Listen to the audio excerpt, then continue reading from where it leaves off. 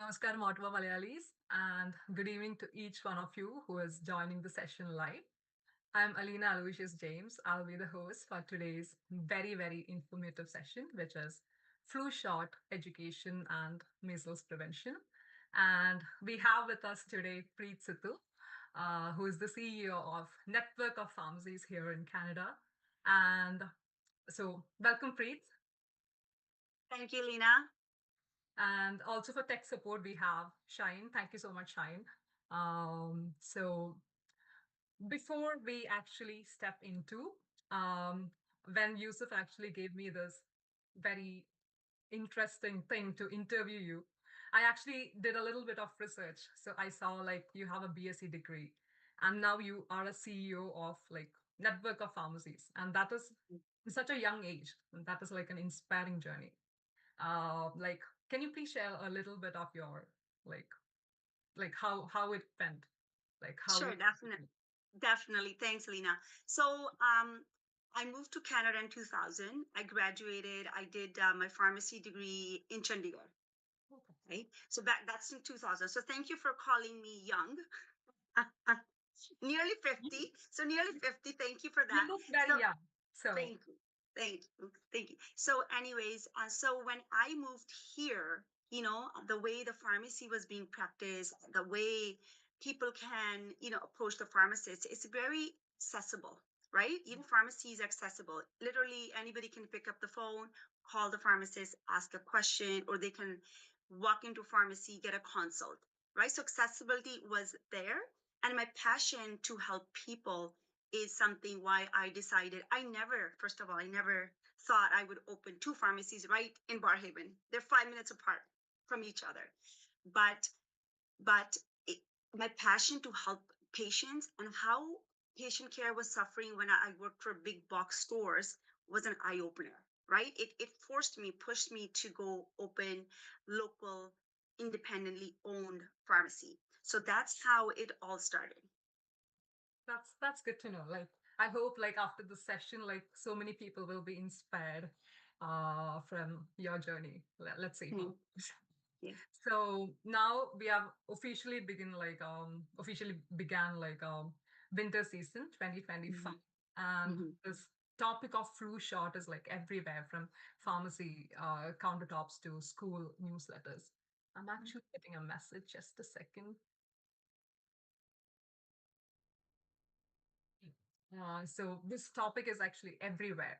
So why is it in Canada like such a yearly custom? Because I grew up in India like all my years. So Mhm. why is it like such an yearly custom here in Canada? Right. So, it's globally, right? Especially north, like where we live in Canada, the influenza vaccine changes. It mutates. It changes very quickly, every season. And right now we're in the midst of the flu season, right? So as soon as as per the Canadian guidelines, as soon as the flu vaccines become available, we are to administer, right? And this year they're predicting one of the worst flu seasons of the year, right? If you alone, Alina, look at last year, just last year's data, 25,000 hospitalizations happened and nearly around 700 deaths happened from flu, Okay, okay. right? So yeah, so there's added benefit why one should get a flu vaccine every year at this time of the year. So is it because of the extreme climate change that is happening here in Canada? We are prone to like get flu when compared to like India. Obviously, I'm comparing to country India because like Yeah. yeah. So is it because of that or like So so one thing we have to understand is people move now. People move, people travel, and they bring the virus along, right? So it's not a question that we're a cold country or a hot country, right? So wherever if somebody gets infected and they traveled, they would be bringing the virus along with them, right? It's just that kind of thing. And the virus it's getting smart, right? It mutates very quickly. So Mhm. that's why your question asking why is it important to get vaccinated every year? Because the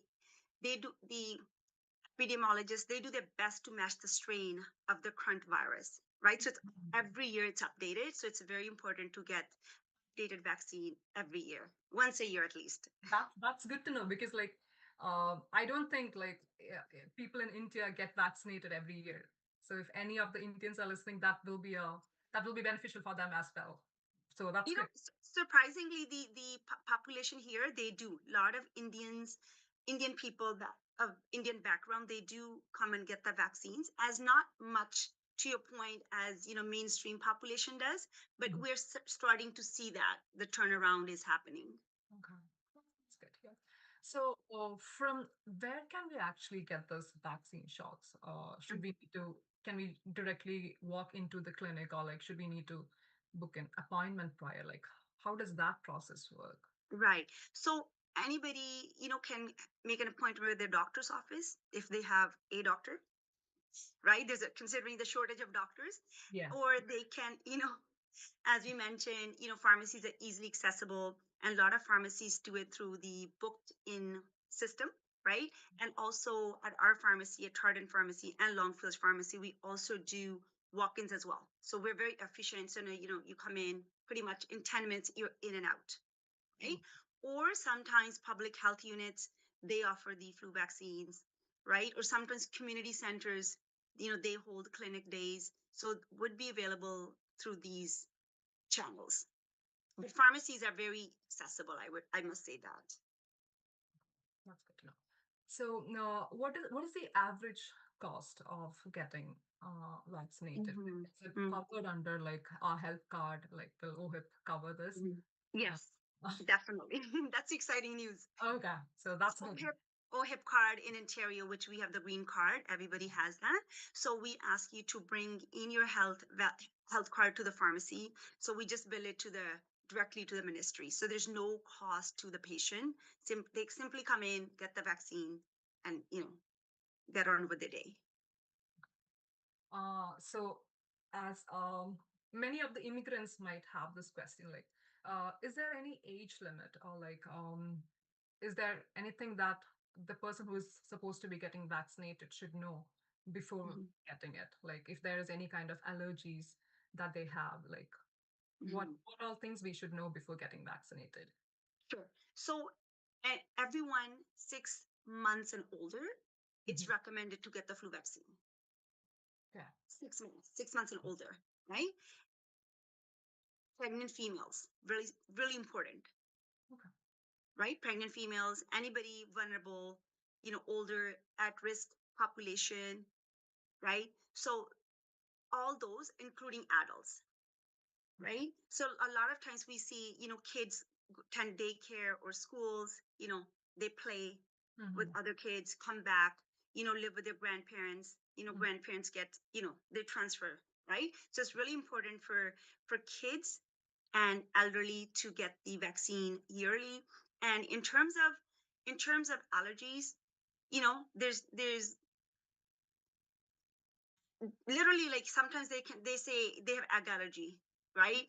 And it's totally fine. Even if you have egg allergy, it's totally fine to get the flu shot, right? So there's no limitation in terms of allergies, there's no restrictions. But again, when you do go get the flu shot, we ask you to fill out the form, right, Mhm. where we ask you to consent, yes and no questions. Once again, we do ask you the questions in terms of allergies or medical conditions. So based on that, your healthcare provider will also determine that you're eligible to get the flu shot. Okay. So generally, if you're above 6.5 or like 6 months and older, like you are like advised to get flu shots every year. Absolutely. And I must mention, in pharmacies, it's pharmacists can only administer for 2 years and older. Okay. Okay. Yes. Under 2 years, they have to attend, their doc. They have to go to the Mhm. doctor's office. Mhm. Okay. That's a very good thing to know. So as you mentioned, like is there anything that the parents should know like when their kids are supposed to get vaccinated? Like how do they Mhm. make their appointment or how do they make the first step? Sure. So a lot of pharmacies nowadays have online booking systems, Okay. right? If you go to their website, it's a very easy process. You can book, and it'll be highly, highly encouraged for parents with infants, children, to book the appointment so that they're in and out. We don't want you to come and wait, Mhm. right? Especially with children, little children, the fear around needles, Yes. vaccine administration, right? So we wanna leave them with a positive experience, right? Especially little kids, right? You want to instill that trust. And for example, I'll tell you, like when we have booked appointments, I tell the patient, parent to bring in their favorite toy, their Hmm. favorite book, Yeah. right? Or a blanket, whatever they're comfortable with, right? And nowadays we have smartphones, to make them comfortable, right? And have the parent prepare the child perhaps a day before or the day of, based on the age, that it's going to be a pinch. And it's gonna hurt, but it's not going to be for long. So we want to be honest and truthful for our little children, so that next time, when they come, they're able to trust you, right? Rather than saying it's not going to hurt, right? Yeah. It's going to hurt, but it's for you know very Little bit. little time. Yes. Yeah, And then yeah, they're gonna forget about that. exactly. And all And then smiles. exactly. And then the other thing is um for kids who are very fearful, it's a needle phobia, right? And it's not easy at a younger age. So the other recommendation I do with the parents is they can put on a numbing cream, Okay. Hmm. right? It'll just prevent, the pain at the site, but doesn't prevent, say, for example, after the vaccine, could they get mild achiness at the Hmm. site of the injection? Possible, right? It won't prevent that, but at least the numbing cream will help to numb when the needle goes in. That's good to know. Like I never knew that before. And Yeah. my sister, who is actually 22 years old, like she's still scared of needles. So I can Mhm. definitely suggest this to her. Yeah, Hopefully. it's not easy. It's yeah, Yeah. just trying different methods, different ways, right? It's a learning. Yes, yes. Yeah.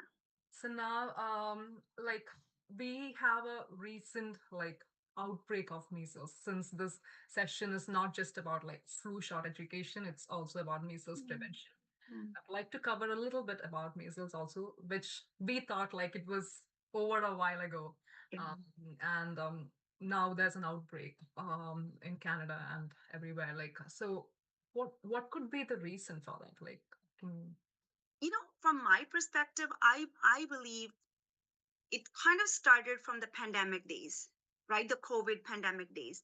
People have fallen behind on their vaccines, right? Not able to go and access the services. So looks like that could have been one of the big reasons why they fell behind, right? For the first time, Canada lost its measles immunization status, right? Never happened before, but it's slowing down now, right? Which is a great thing. It has slowed down.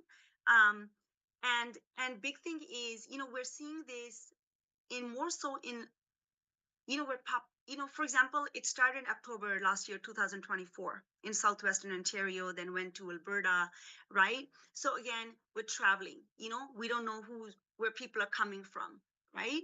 So especially in low immunization populations, we're noticing that.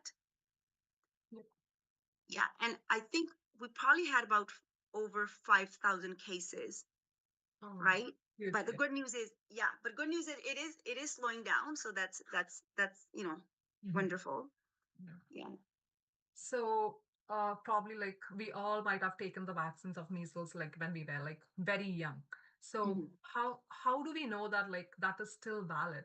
Or like Mm, can we check that is like how can we check our history if mhm. we're vaccinated in India? Right, right. So one way, say for example, if your question, I think, is more so if they don't have a record, right? How do they determine? Yeah, Yes. okay. So, they can easily go to their family doctor and ask for a lab test to check the immunity, right? If the immunity is there or not. That would be one good way to determine. And say, everybody would be able to do that, right? Hmm. Exactly. Yeah. So I think that would be the best way to go to your doctor's office and ask for a lab test. Okay. So you would be recommending like if because like I don't have a like a family doctor back in India. I only have a gynecologist. Right. When I was young, like I used to have. So if that's the case, like is there any special place that we need to go to to check Mm-hmm. history? Mm, Or okay. will there be any Yeah. kind of records that Hmm. they might have? Okay. Yeah. So typically, they give you a yellow immunization card where they check mark and tick mark, right? So you're saying if somebody doesn't have access to that, right? What do they Mhm. do? Yeah. Right? So general guideline also, there's another guideline is if an individual is born in 1970 Hmm. or after, Hmm. they must have one MMR dose. That's measles, mumps, rubella, Okay. Okay. right? So, or two doses if they're a high risk individual, say somebody's attending post secondary school or they're military personnel, it's recommended for them to get two doses 4 weeks apart. Hmm. And then if somebody's born before 1970, Okay. they don't know Yeah. if What? they have, yes, and they're traveling outside Canada, let's say that, right? Hmm. Can they get the MMR dose? Yes. They it's recommended for them, people who are born before 1970, to get one MMR dose. Okay. Okay. That's good to know. So that like now we have two different types before 1970 and like after 1970. And they also will know like what they are supposed to do if they don't know like how to check the history and if yeah, that's good to know. Thank you so Yeah. much. Yeah. Better being protected, Yes. than not. And then once again, check with your family doctor, also based on your medical conditions, based on your immune system, right? So better, they'll take your whole history to see, who's eligible and how. Yeah. So I know you are a CEO of network of pharmacies. So beyond that, you are also a family member. Are you a mom or like are you So wife? you can I'm married, happily married, and Okay. I have my three pets, my three dogs. Oh, so you're a mom. Okay. So as a family member, how do you actually, take care of your family during this, flu season? Hmm. Hmm. It really as a healthcare provider, it starts with me, Mhm. right? Oh So yeah. whether yes, so it starts with me, whether it's washing hands constantly, especially during this season, right? Disinfecting, in between patients Mhm. before the next patient comes in. Disinfecting, as simple as Aleena, disinfecting doorknobs. A lot of us think we go into the washroom, we washed hands. We did a good job washing hands for 20 seconds. Now we go and touch the doorknob to open it. Was that door handle disinfected? Yes. Right? We could go, maybe we're heading to the kitchen to cook a meal. We don't know, right? Or public places, right? So it goes to that, how what kind of cleanliness that place has, the hygiene they're keeping, right? So going back to that starts with me, whether it's this, washing hands more frequently, trying not to touch eyes, nose, and mouth, or Exactly. coughing and sneezing, into the elbow instead of into the hand, right?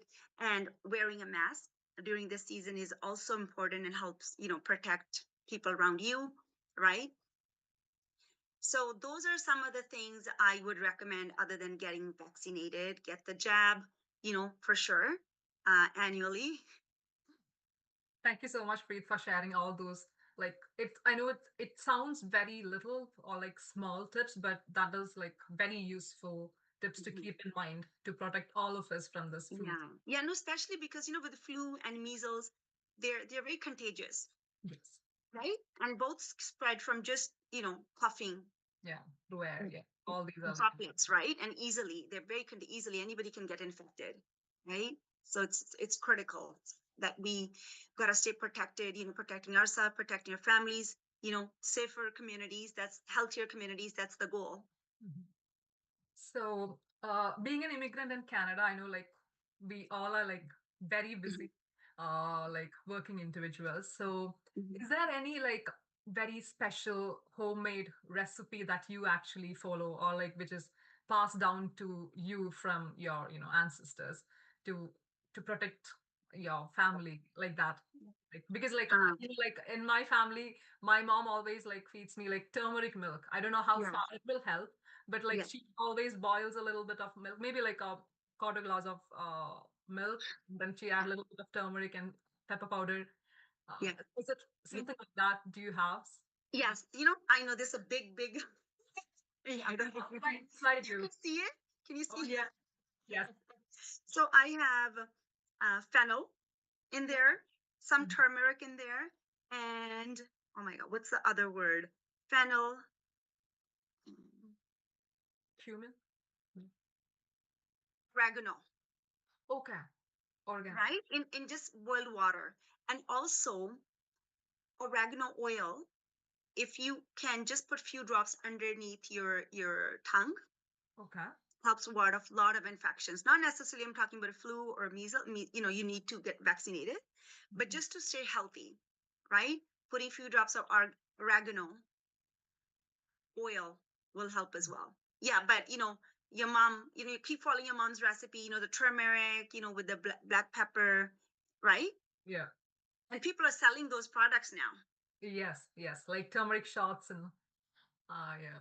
Yeah, That's the black pepper really helps with take of the turmeric, right? So it's anti-inflammatory. So those things they do help, right? So that's a lifestyle. thank you so much, Preet, for sharing that very special recipe with us. Like we will try that and like hopefully uh Mhm, most of the people who is watching this, I don't know how many people are watching this live mhm. session, but I'm pretty sure that this would be like a very useful recipe for all of them. uh Maybe we can ask Yusuf also to jump in because I'm pretty sure like there will be some questions from Sure. our people. Just a second. Hi, Yusuf, can you hear us? Yes, Aleena. So far we haven't got any questions yet, so we're still Okay. waiting on the chats.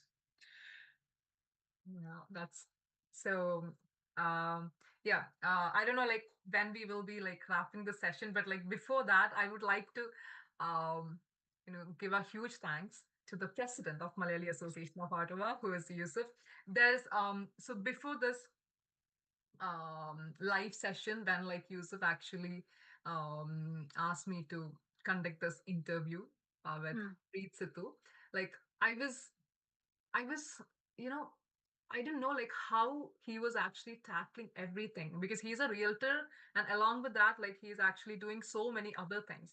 And I'm mm, pretty sure like all this is not just like happenstance. Like there's a group of people along with Yusuf. There's Shine, there's Angel, Smita. Like there's a group of people who work like very silently but strongly, not just to like celebrate the events, but also to mm, connect with individuals in Ottawa, which is a very good thing. So a huge thanks to Yusuf as well as the group that is leading the Malayali Association of Ottawa right now. And I'm so happy that I'm part of this. Thank you so much, Yusuf. Thank you, Aleena. So, Preet ma'am, so finally, do you have any general advice for all of us to follow? mhm. Yusuf, make sure go and get your flu shot. Okay, you know where to come and find me. So it's an annual. Once you just get one shot and you're done, right? Mhm. And especially if you have elderly patients living with you, it helps, right? Yeah. To keep them safe and also make sure everybody checks their measles vaccine status, Exactly, exactly. right? I was Very just important. curious about the measles as well. Like just yesterday, I learned from the news that Canada lost its status. We had a special status of preventing measles since 1998. So just this year, because there was around 4,500 cases, we are out of that safe Right. places. Yeah, good thing it slowed down. So it's very important to check the status and Yeah. take the step that you need to take to and stay happy and healthy. Keep washing the hands. Mhm. Yeah. Thank you. Thank you, ma'am. So finally, it is this relentless effort to serve that deserve drives us to find experts like Preet to create platforms for learning and to continually ask, how can we better support our community? Special thanks to Aleena Aloysius James. We all are busy here. You took time to prepare and do this for the whole community. We are all proud, and Mao committee thanks you. So, as you leave the stream today, armed with the knowledge to protect your family's health, we hope you all carry with you a sense of pride and gratitude for this community we all are building together. A community that looks out for one another. On behalf of Malayali Association of Ottawa, thank you, Preet, for your invaluable wisdom. Aleena, for making this easy for everyone. Thank you, Shine, for your technical magic. And most of all, thank you for watching, for caring, and for being the heart of this association. Stay safe, stay healthy, and let's continue to take care of each other. This is me, Yusuf, signing off. Good night, and see you soon at the next one. Thank you. Thank you.